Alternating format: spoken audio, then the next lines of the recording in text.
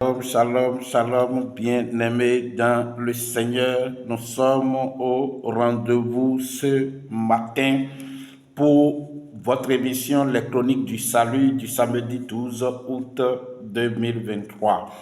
Et nous allons faire en deuxième partie les chroniques du Salut du vendredi 11, où nous avons présenté la quatrième conséquence spirituelle du fait que sur la croix, Jésus a dit « tout est accompli ». Effectivement, tout est accompli. Au niveau de la quatrième conséquence spirituelle de ce que cela signifie « tout est accompli », nous avons parlé de l'alliance entre Dieu et nous les croyants, en vertu de laquelle nous sommes fils de Dieu et filles de Dieu, alliance scellée par le sang de Jésus-Christ de Nazareth. J'ai fait les chroniques du salut du vendredi et quelqu'un m'a interpellé parce qu'il n'a pas compris quelque chose. J'ai été très heureux de sa question parce que j'aime que vous réagissiez quand vous écoutez cette émission. J'aime que vous réagissiez, vous qui êtes dans les groupes où je partage cette chronique. J'aime que vous réagissiez, que vous me fassiez connaître vos préoccupations, vos questions, vos incompréhensions, vos contributions, vos amendements. Bien-aimés dans le Seigneur, c'est important que vous réagissiez. Ça me motive, ça me donne la preuve que mon interlocuteur m'écoute et taille d'importance au message de Dieu. Cela dit, le statut de fille de Dieu, est-ce que c'est normal qu'un chrétien adore Jésus en tant que celui qui est allé sur la croix pour nous? Et la réponse, je l'ai donnée la fois passée, c'est non. Et quelqu'un m'a dit, mais pourquoi alors Jésus a dit ça dans Jean 16, alors que la parole de Dieu a dit qu'il est Dieu? Très bien. Aujourd'hui, je vais régler le problème et approfondir les chroniques du salut du vendredi. 1. Regardez ce que Jésus a dit dans Matthieu 23, verset 9. Je vais commencer par là. Parce que beaucoup ne savent pas que ce avec quoi nous ne devons jamais nous amuser, c'est notre statut de fils de Dieu. Pourquoi? Je vais vous le lire aujourd'hui encore. Je lis Matthieu 23, verset 9. Regardez ce que Jésus a dit. Matthieu 23, nous allons lire le verset 29. Verset 9. Matthieu 23, 9.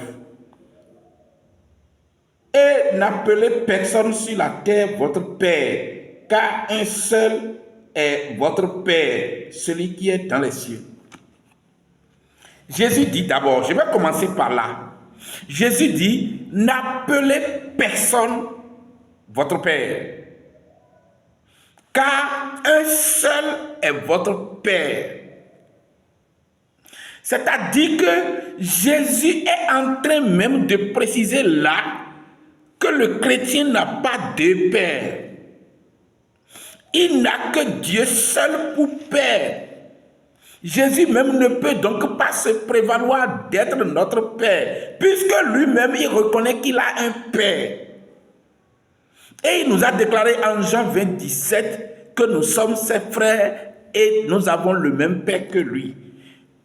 À partir de là, la précision est définitivement faite que Jésus-Christ de Nazareth reconnaît que nous n'avons qu'un seul Père. Et il a dit, n'appelez personne Père.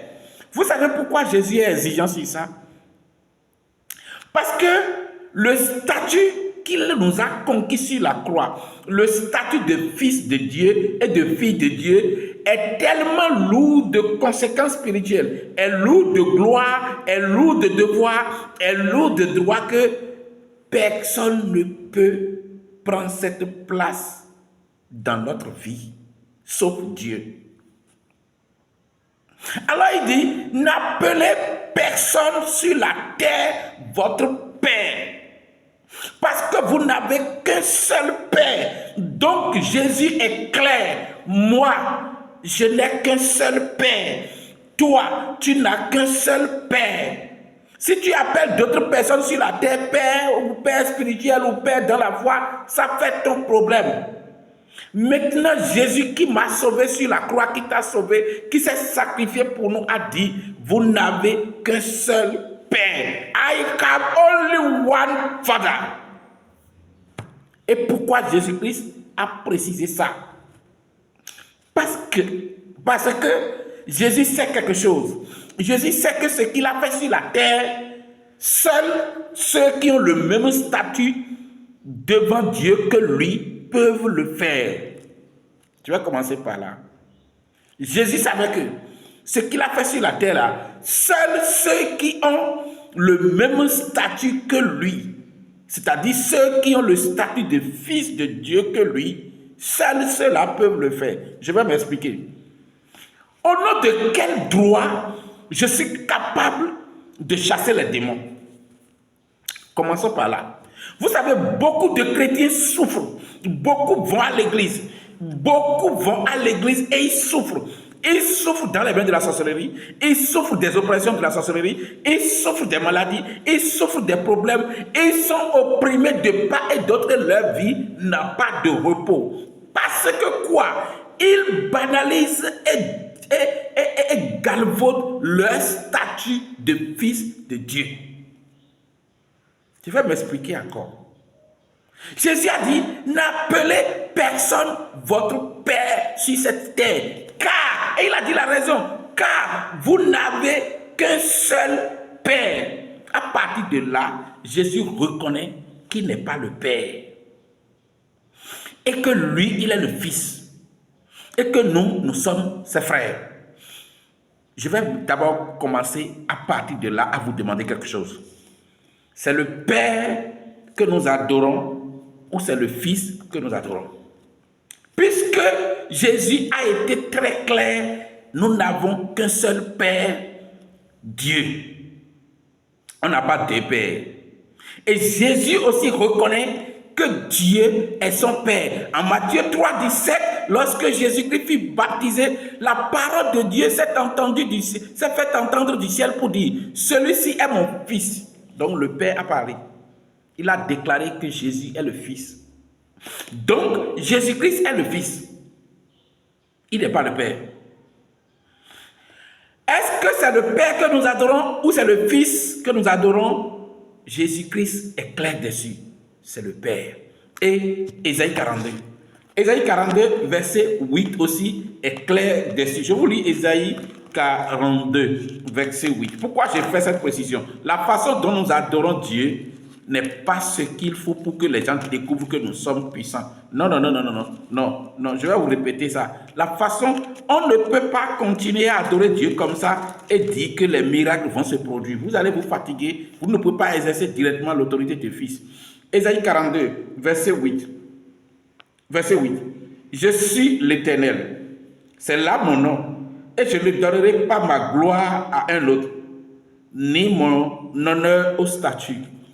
Dieu dit, je suis l'Éternel, c'est là mon nom, et je ne donnerai pas ma gloire à un autre, ni mon honneur au statut.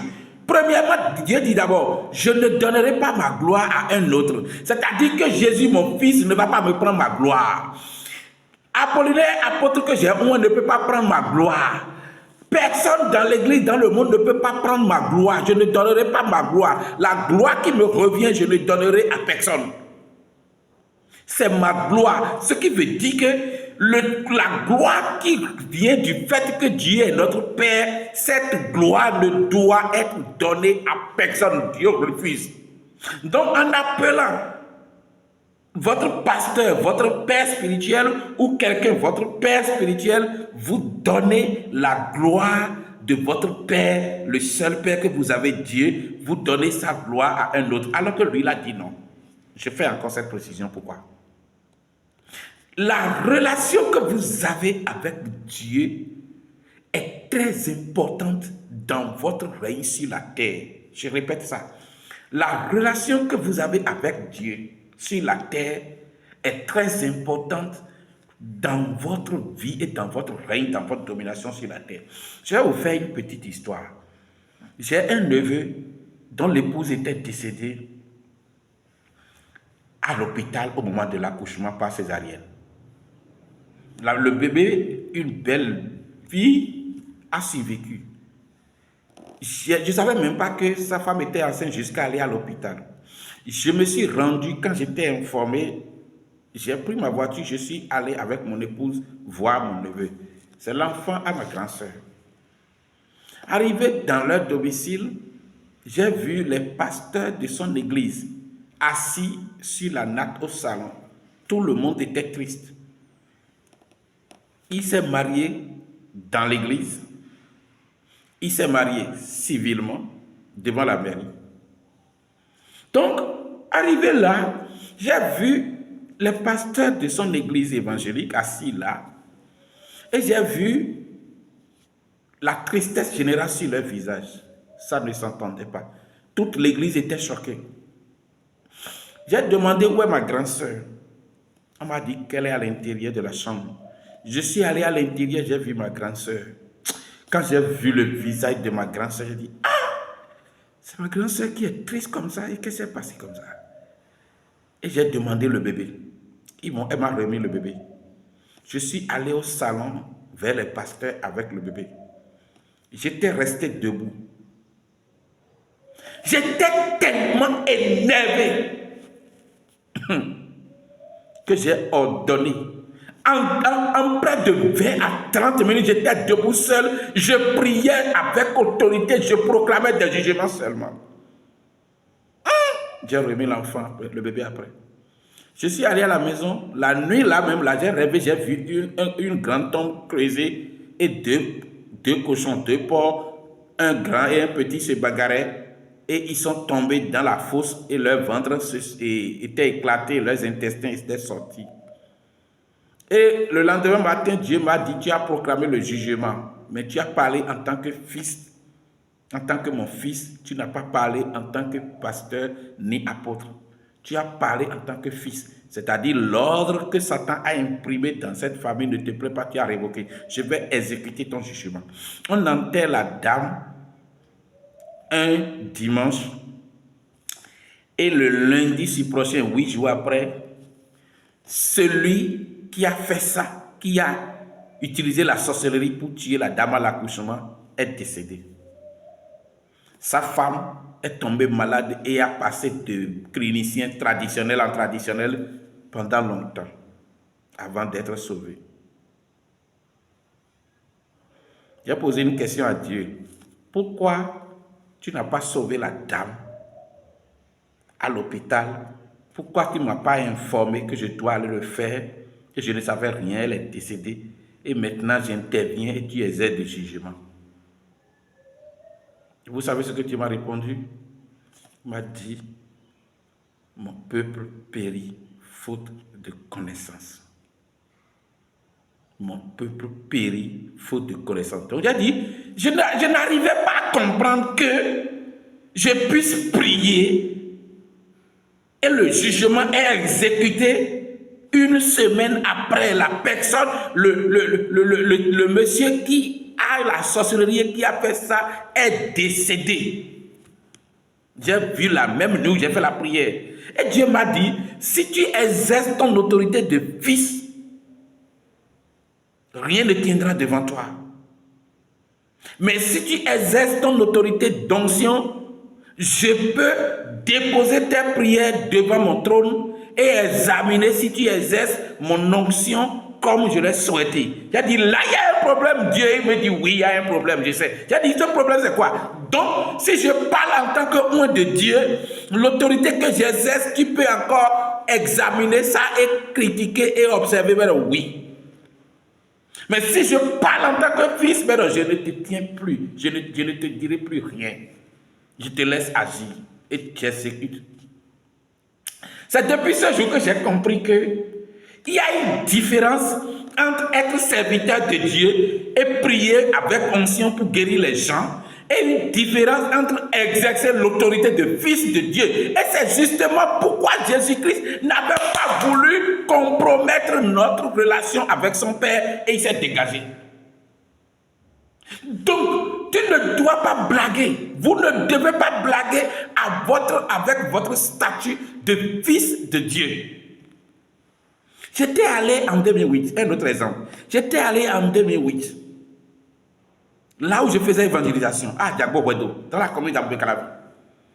Je commençais l'évangélisation en janvier et en février 2008, j'étais allé là-bas avec la commissionnaire et on m'informe qu'il y a une fille de 18 ans que quelqu'un de 60 ans a envoûté. Qu'est-ce que le monsieur a fait?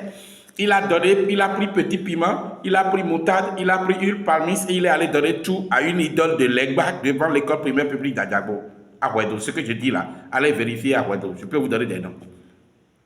Et quand il a donné ces 3 ingrédients à l'idole Legba, il a dit que c'est telle fille qui est en train de donner.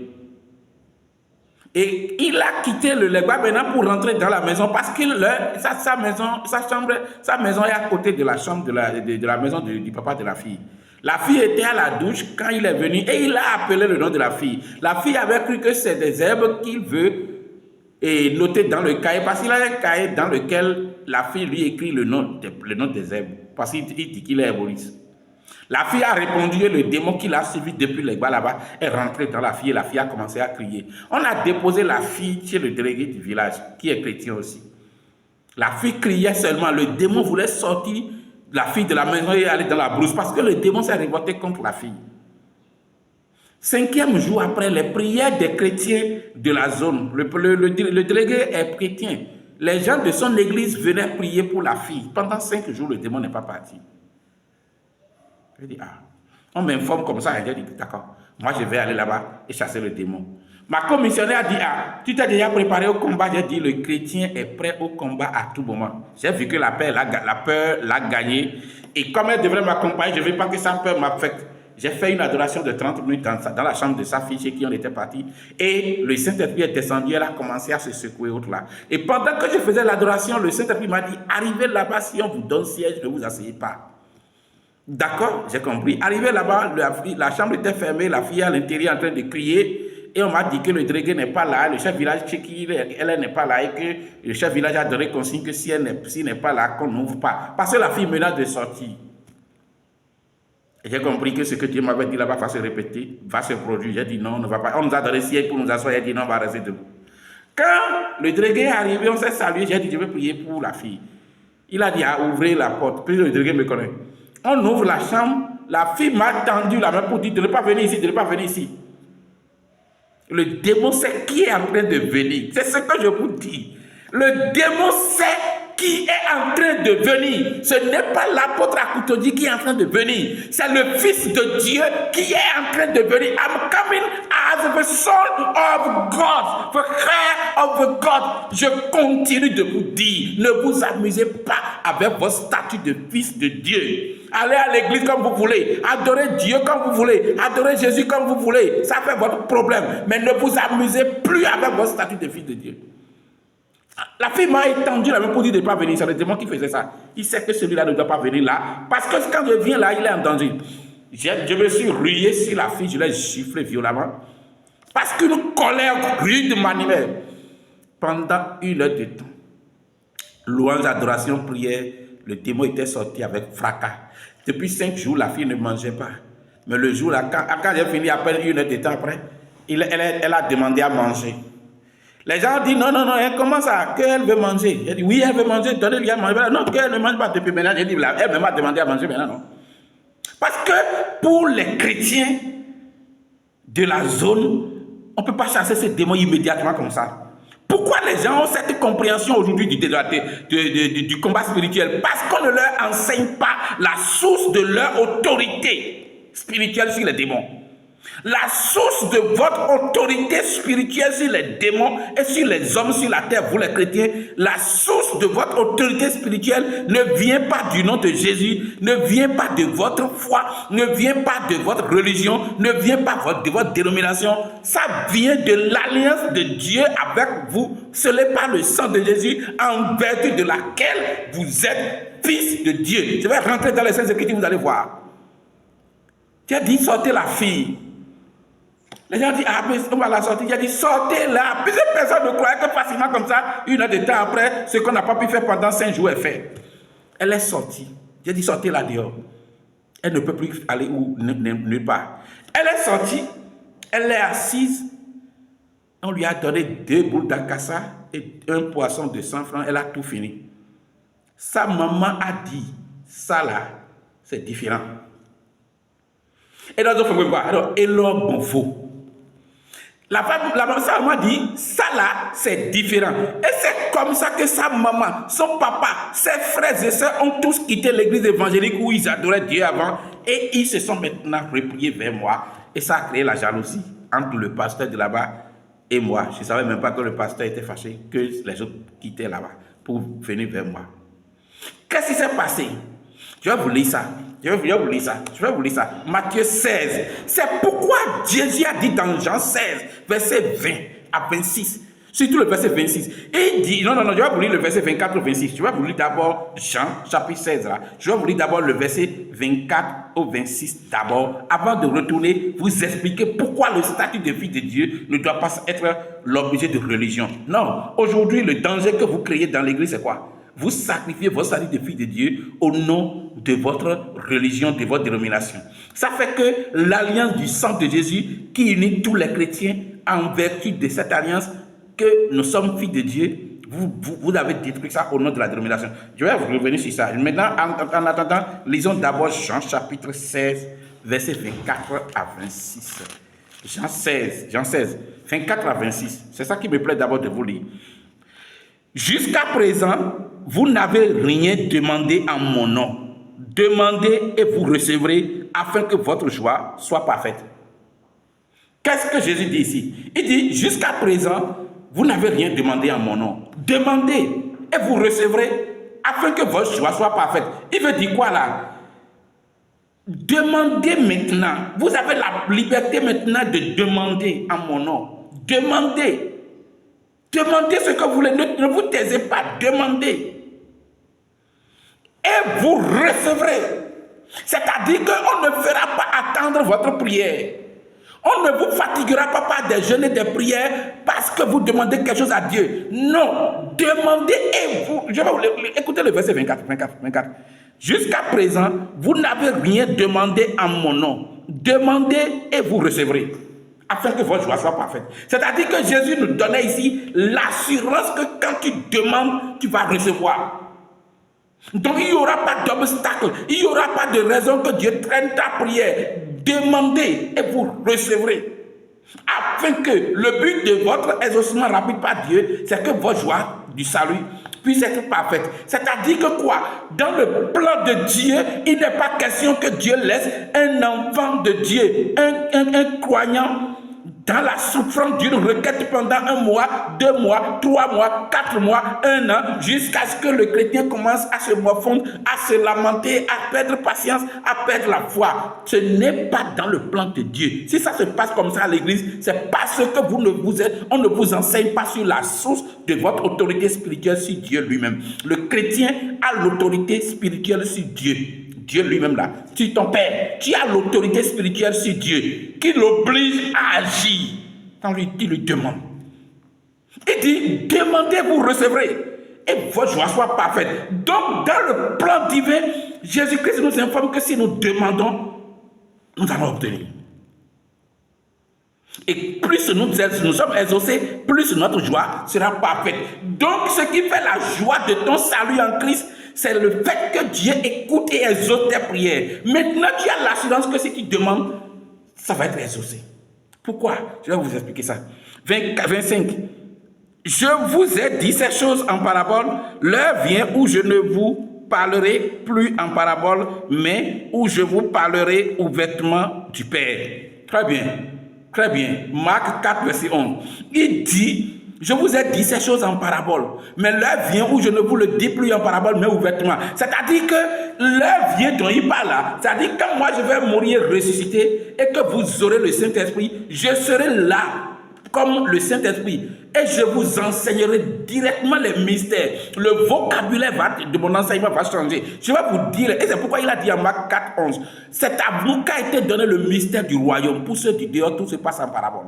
Donc le chrétien aujourd'hui n'est pas celui qui est étranger au vocable de Dieu, au vocabulaire de Dieu, au langage spirituel de Dieu. Le chrétien parle le même langage que Dieu. Le chrétien parle des mystères. Le chrétien dispense les mystères. Le chrétien opère selon les mystères de Dieu. Est-ce que c'est le cas chez vous? La question se pose. Et il dit, 26, en ce jour, vous demanderez en mon nom, et je ne vous dis pas que je prierai le Père pour vous. Il dit en ce jour, this day, second jour, en ce jour, je vous ai dit dans ma vidéo les 5 raisons pour lesquelles Jésus n'est pas encore de retour, qu'il y a 3 jours de Dieu pour se venger du royaume satanique. Et que le premier jour correspond au jour où Jésus est né, le deuxième jour au jour où Jésus est ressuscité, et le troisième jour, le jour du jugement dernier. Je vous avais dit ça. Retrouvez cette vidéo sur YouTube. Maintenant ici, il dit, en ce jour-là, ça dit quand moi il va revenir là, quand je vais mourir maintenant, il suffit de revenir là. Vous ne m'interrogerez plus sur rien. Vous n'aurez plus besoin que je vous dise quoi que ce soit. Parce que l'esprit qui fait de moi le Fils de Dieu, l'esprit qui m'a scellé le Fils de Dieu, cet esprit sera en vous et il vous dira tout. Vous allez marcher comme moi-même. Et il dit, vous ne m'interrogerez sur plus rien. Et il dit ceci, j'ajoute ceci. Voilà ce qu'il dit. En ce jour, vous demanderez en mon nom et je ne vous dis pas que je prierai le Père pour vous. C'est-à-dire qu'il dit, vous allez me demander, vous allez prier en mon nom. Il n'a pas dit vous allez me prier. Jésus n'a pas dit vous allez me prier. Vous allez prier à moi. Jésus n'a pas dit vous allez m'adresser votre prière. Il a dit vous allez demander en mon nom. Et je ne vous dis pas que je prierai le Père pour vous. Donc ne pensez pas que je suis auxiliateur. Je suis médiateur entre Dieu et vous par rapport à vos prières, à vos requêtes à Dieu. Il précisa pourquoi. Parce qu'il ne veut pas voler la gloire de Dieu en se positionnant comme celui qui exauce nos prières. Jésus est clair. Mais pourtant, il est Dieu. Quelqu'un m'a posé la question, je viens à ça. Il dit, je ne vous dis pas que je vais prier le Père pour vous. Adressez-vous à lui, à mon nom. Parce que c'est le sceau de l'autorité spirituelle de votre prière. Mais quand vous allez demander à mon nom là, je n'ai plus besoin, je n'ai même plus le droit d'intervenir pour dire Dieu. Apollinaire a demandé ceci, Sandrine a demandé ceci, Sylvie a demandé ceci, Méliane a demandé ceci, et Jeanne a demandé ceci, telle personne, non, Basile a demandé ceci. Je ne m'interfère pas. Jésus est en train de nous dire quoi là? Entretenez votre relation directe avec votre Père.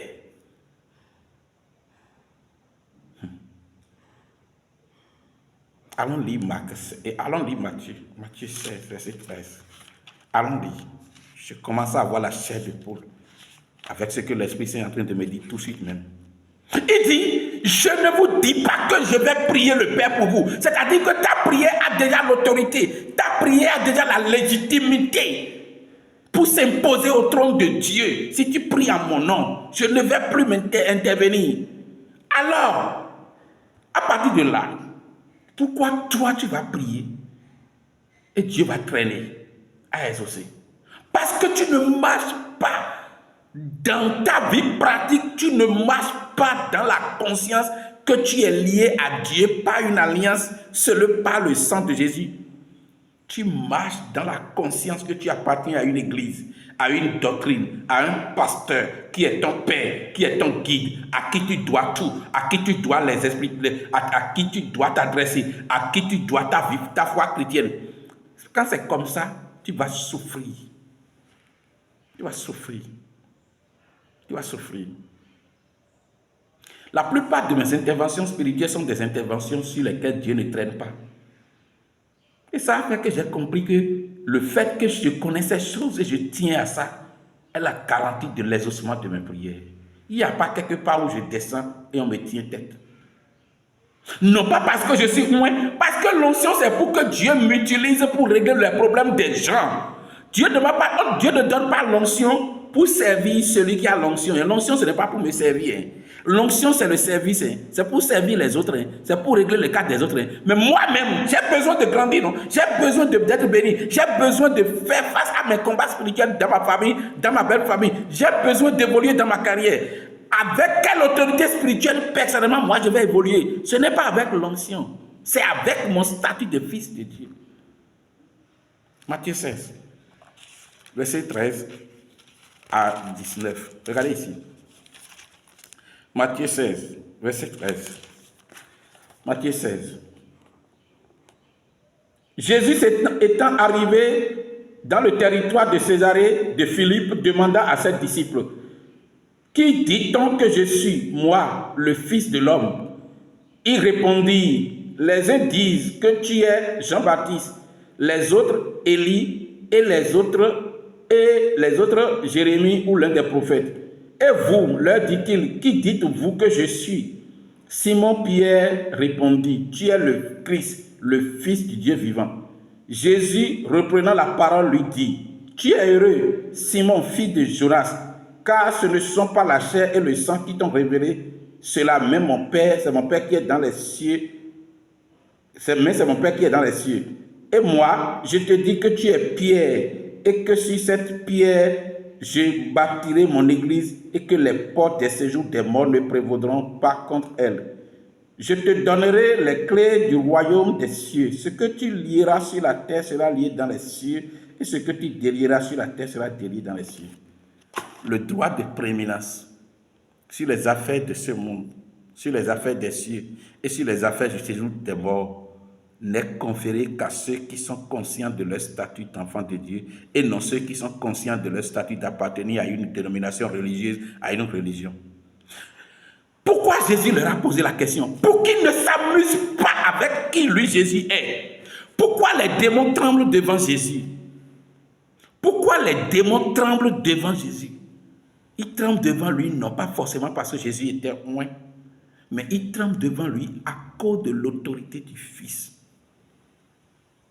Il faut beaucoup faire attention à la Bible. Quand on a demandé à Jésus de donner l'impôt, qu'est-ce qu'il a dit? Il dit, va pêcher le poisson. Le premier poisson que tu vas pêcher, ouvre sa bouche, tu vas trouver l'argent dedans. Dans sa bouche, amen, ça on va payer. Il est en train de démontrer son droit d'héritier, son autorité spirituelle sur la création. Vous savez, le statut de fils de Dieu a 3 glorieuses conséquences spirituelles. 1, vous êtes héritier de Dieu. Tout ce que Dieu a devient votre propriété et vous faites usage direct sans que Dieu vous réclame quoi que ce soit d'abord au préalable. Je vais vous expliquer. Satan est créé par Dieu. Le statut de fils de Dieu fait de vous l'héritier de Satan. Les démons sont créés par Dieu. Le statut de fils de Dieu fait de vous l'héritier des démons. Les démons vous appartiennent. Ils sont à votre disposition. La terre, les cieux, tous les anges, je dis bien, tous les anges vous appartiennent. Le séjour des morts, les esprits des défunts qui sont sur la terre vous appartiennent parce qu'ils sont créés par Dieu. Romains chapitre 8, verset 17. Tout ce que Dieu a créé vous appartient en tant qu'héritier. Le pétrole qui est dans le sous-sol du pays où vous êtes ou du pays de n'importe quel pays du monde vous appartient. L'argent qui est dans les banques, le bois que Dieu a créé, que les gens sont allés traiter dans l'industrie pour fabriquer papier et dire que c'est le billet de banque là, ça vous appartient. Toutes les richesses du monde vous appartiennent. Pourquoi? Parce que rien de ce qui est sur la terre n'est créé. La recréation ou la modification ne signifie pas création. Dieu a créé son monde parfait. Tout est dedans. Et c'est pourquoi en Agé, Dieu a dit, l'or est à moi, l'argent est à moi. Si l'argent est à Dieu, l'or est à Dieu, ça m'appartient. Le sorcier qui te fatigue, tu n'as pas le repos, t'appartient. Il est ta propriété. La sorcière qui t'embête et tu n'as pas le repos, il t'appartient. Je vous déclare ici l'ordre divin qui règne actuellement et dont les chrétiens ne savent pas profiter. Le démon qui t'embête, qui circule dans ton corps, qui te fatigue, t'appartient. Si tu le laisses te fatiguer, c'est ton problème. C'est pourquoi Paul a dit dans Galates 4, aussi longtemps que l'héritier est mineur, Galates 4, verset 1er, aussi longtemps que l'héritier est mineur, je dis sa situation ne diffère en rien de celle d'un esclave, même s'il est le maître de tout. Tu es héritier, mais tu t'amuses avec ton statut. Tu vas à l'église. Au lieu d'entretenir une relation personnalisée avec ton Dieu, pour qu'aucun chrétien, aucun pasteur, aucun adorateur que tu es venu trouver à l'église ne te détourne de tes relations privilégiées avec Dieu, tu sacrifies tes relations avec Dieu au profit de la religion. Tu viens à l'église quand tu veux, parce que dans l'église, il y a ce désordre. Tu viens à l'église à l'heure que tu veux. Tu fais le culte de Dieu comme tu veux. Tu donnes la dîme comme tu veux. Tu fais les choses sans savoir que tu es quelqu'un en alliance. Quand on est en alliance, scellé par le sang, on ne s'amuse pas. Donc à partir de maintenant, je voudrais que vous compreniez que votre statut de fils de Dieu vous met dans une relation directe avec Dieu, une relation scellée par le sang. Donc Dieu ne peut déroger à ça. Mais aujourd'hui, vous sacrifiez votre statut au nom de l'Église. Beaucoup de chrétiens même, je ne sais même pas, parfois quand ils parlent, je me demande qui leur prêche la parole de Dieu. Tout appartient, tout. Maintenant, tout appartient. Comment tu vas l'utiliser? Si tu es mineur, d'autres vont utiliser ça à ta place. Être mineur, ce que ça signifie, un enfant de Dieu mineur au plan spirituel, je vais te dire ça demain dimanche, les chroniques du salut du dimanche. Donc, je ne suis pas celui à qui on va venir dire adore Jésus, adore Jésus, adore Jésus. Non, Jésus-Christ, je vais vous lire Jean chapitre 1er. Jean chapitre 1er, verset 1er. Regardez ce que Jésus dit là. Regardez ce que la parole de Dieu dit là. Évangile selon Jean.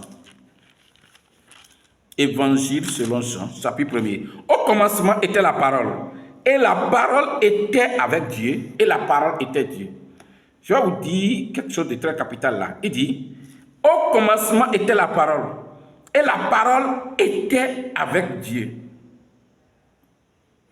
Et après il dit, et la parole était Dieu. Deux expressions à ne pas confondre là.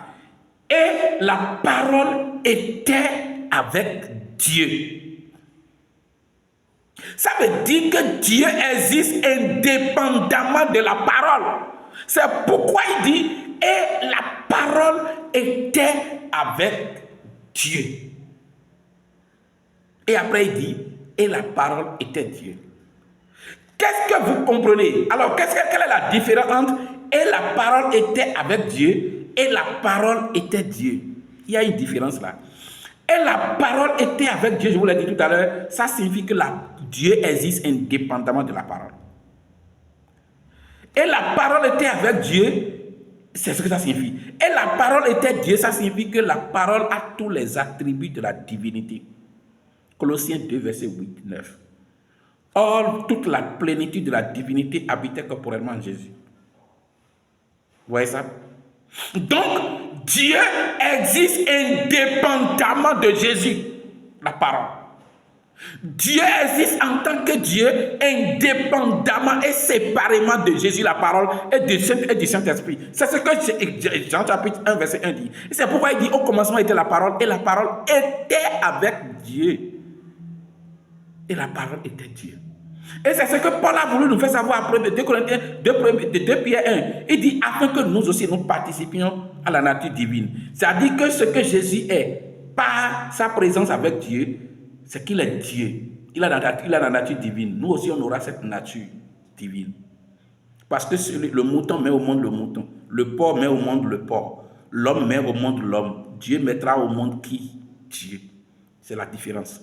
Et c'est pourquoi Jésus est toujours très attaché à son statut. Il ne se confond jamais au Père. Il ne se confond pas au Père. Comment est-ce que vous comprenez ça aujourd'hui? Et vous adorez Jésus au lieu de comprendre que vous allez adorer Dieu et prier Dieu au nom de Jésus. Je vais vous dire quelque chose. Lisez Philippiens chapitre 2 pour finir. Et je vais revenir sur ça. Philippiens chapitre 2. Philippiens chapitre 2. Regardez, il y a une précision que nous avons là, que peut-être vous n'avez pas pris dans sa grande importance, mais je vais le faire aujourd'hui. Philippiens chapitre 2. Oui. Verset 8 à 11. Je vais vous lire ça. Il s'est humilié lui-même, se rendant obéissant jusqu'à la mort, même jusqu'à la mort sur la croix. C'est pourquoi aussi Dieu l'a souverainement élevé et lui a donné le nom qui est au-dessus de tout nom, afin qu'au nom de Jésus, tout genou fléchisse dans les cieux, sur la terre et sous la terre, et que toute langue confesse que Jésus-Christ est Seigneur, à la gloire de Dieu le Père. Afin que toute langue confesse que Jésus-Christ est Seigneur, pour que qui soit glorifié, pour que Jésus soit glorifié, pour que Apollinaire soit glorifié, non, pour que Dieu soit glorifié. C'est pour que la gloire lui revienne. C'est pour que la gloire revienne à Dieu qu'il a fait ça. Donc Dieu n'a pas installé Jésus à sa place Dieu. Il a fait Dieu comme il m'a fait Dieu, il t'a fait Dieu. Pour que la gloire lui revienne. Donc quand on dit au nom de Jésus-Christ de Nazareth, ce qui se passe glorifie Dieu. Alors, pourquoi Dieu ne va pas exaucer tes prières si réellement tu connais cette relation que tu as avec Dieu? Il ne va pas tarder à exaucer. Il dit, afin que, à la gloire de Dieu le Père, c'est précisé. Et le nom que Jésus a, ce n'est pas son nom. On lui a donné ça. C'est dit ici, Dieu lui a donné le nom qui est au-dessus de tout nom. Afin que, au nom de Jésus-Christ, tout genou fléchisse. Donc ton autorité prééminente vient de ton statut de fille de Dieu. Si tu blagues avec ça, aucun démon ne va te respecter.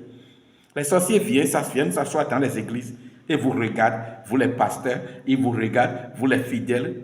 Oui, c'est normal.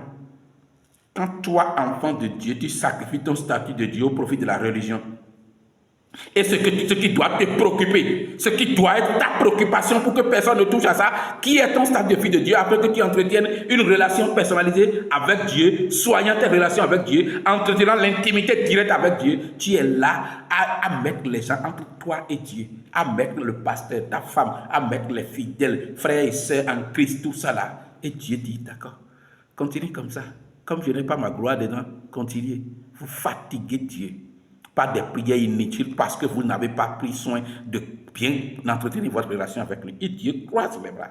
Il dit, à la gloire de Dieu le Père. This is what I have to tell you this day. You are there to be the instrument of the glory of God. Tu es là, ce que je vais te dire ce matin, tu es là pour être l'instrument de la gloire de Dieu. Et pour que tu sois un instrument de sa gloire, il faut que tu saches que au nom de Jésus-Christ, quand tu pries là, la situation que tu combats se soumet à toi pour que Dieu soit glorifié.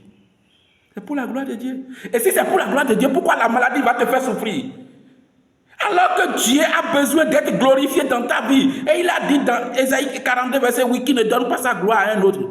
La maladie qui vole la gloire de Dieu dans ta vie, tu ne peux pas avoir la joie du salut. Tu ne peux pas avoir le courage d'aller évangéliser parce que tu es malade, tu es stérile, tu es constamment souffrant. Et ta situation ne te donne même pas le courage d'aller prêcher l'évangile à quelqu'un. Ça ne glorifie pas Dieu. Qu'est-ce que tu fais de ça? Regarde là où tu es tombé. Tu as laissé ton statut de fille de Dieu, tes relations avec Dieu. Tu ne prends pas soin de ça. Aller à l'église, tu regardes le pasteur, comment il bouffe la dîme. Tu regardes la femme du pasteur, comment on prend l'argent de la dîme pour l'habiller. Tu regardes les enfants du pasteur. Tu es devenu... Je vais vous prêcher ça demain. Les chroniques du salut de demain dimanche. L'esprit du fille de Dieu. C'est ce que Jésus a dit ici. À la gloire. Et quand vous lisez Hébreu, je vais vous lire Hébreu. Hébreu chapitre 1. Pour finir, je vais vous lire Hébreu. Le nom que Jésus a, c'est ton nom de sceau. C'est ton nom qui est le sceau de ton salut. Il a hérité du nom. Écoutez ici, Hébreu chapitre 1, verset 2. Dieu, dans ces derniers temps, nous a parlé par le Fils qu'il a établi héritier de toutes choses. Vous entendez? Qu'il a établi héritier de toutes choses, par lequel il a aussi créé le monde. Et qui, étant le reflet de sa gloire et l'empreinte de sa personne. Jésus le Fils est le reflet de sa gloire. Quand on dit reflet, ça veut dire quoi? Ma photo que vous trouvez quand vous allez suivre cette vidéo-là, c'est mon reflet. C'est exactement moi. Avec une dent qui n'est pas ici depuis mon enfance là. Cette fenêtre dentelle là. C'est comme ça. Regardez-moi tel que je suis. C'est comme ça que Jésus est. Il est le reflet. C'est-à-dire, la personne de Dieu là, c'est Jésus le Fils qui le montre. Et l'empreinte de sa gloire. C'est-à-dire, quand Jésus passe, c'est la signature de Dieu, la signature de la gloire de Dieu. C'est ce que tu es ça. C'est ce que je suis ça. Les deux autres conséquences spirituelles. Après le statut d'héritier et donc de l'autorité prééminente, je vais vous le dire après. Et il dit, attention, refondez votre culte, votre adoration. Je comprends. L'empreinte de sa personne, soutenant toutes choses par sa parole puissante, a fait la purification des péchés et s'est assis à la droite de la majesté divine dans les lieux très hauts. Majesté divine. Il est assis à la droite. Il n'est pas assis en tant que Dieu. Il est assis à la droite de la majesté. C'est-à-dire le roi là, Dieu là, l'a établi. La gloire que Dieu a donnée à Jésus, c'est pour toi, c'est pour moi. C'est pour que sur la terre, nous puissions manifester le statut glorieux d'enfant de Dieu. Jésus est roi des rois et seigneur des seigneurs. Moi, je suis roi des rois et seigneur des seigneurs. Si vous pouvez élever votre conscience, votre niveau de compréhension, ce serait magnifique. Devenu d'autant supérieur aux anges qu'il a hérité d'un nom plus excellent que les leurs. Le nom de Jésus, au nom duquel nous prions, est hérité par Jésus. Parce que Dieu avait fait la promesse à Abraham, Genèse chapitre 12. Je rendrai ton nom grand. Donc, Jésus étant l'héritier spirituel d'Abraham, des promesses d'Abraham, il a hérité de ce nom. C'est pourquoi quand on dit au nom de Jésus-Christ, Dieu est engagé au trône directement. Vous faites quoi de ça? Moi, aujourd'hui, j'ai hérité de ce nom. Le nom Jésus-Christ de Nazareth est le nom du sceau de mon autorité spirituelle, de ton autorité. Qu'est-ce que vous faites? Comment est-ce que vous priez? Comment est-ce que vous priez? Est-ce que vous priez avec autorité en étant conscient que vous êtes l'héritier, celui devant lequel Dieu lui-même ne peut tenir? Est-ce que vous êtes conscient de ça? Ou bien vous priez, Père, guéris-moi, fais-moi quelque chose. Les gens demandent si j'ai un Dieu. Ça fait ton problème. Je vais revenir sur ça. Ça commence à me fâcher. Parce que ce n'est pas normal. Il dit, je ne dis pas que je vais prier le Père pour vous. Demandez, vous recevrez afin que votre joie soit parfaite. Il parle comme ça parce que nous avons une autorité spirituelle scellée par l'alliance de son sang, en vertu duquel nous sommes filles de Dieu, et que par rapport à ça, Dieu ne peut plus tenir devant nos prières. Beaucoup de chrétiens souffrent sur la terre, alors qu'ils ont l'autorité de faire régner l'ordre qu'ils veulent. La maladie qui t'embête, tu as l'autorité de dire à cette maladie, dégage-toi de ma vie immédiatement, et elle va dégager de ta vie, et Dieu ne peut même pas attendre, parce que c'est pour ça que Jésus est allé sur la croix. Les démons vous font souffrir. On organise des jeûnes, des prières, des veillées. On dirait même que nous n'avons pas une autorité spirituelle scellée par le sang de Jésus, en vertu duquel notre parole a autorité sur la terre, sous la terre et aussi. Parce que nous ne comprenons pas qui nous sommes. Donc, Jésus n'est pas Dieu le Père. Il est Dieu le Fils. Apollinaire est Dieu le Fils. Toi qui m'écoutes et qui as donné ta vie à Jésus-Christ et qui est baptisé, tu es Dieu le Fils. Si tu peux comprendre, demain nous sommes au rendez-vous.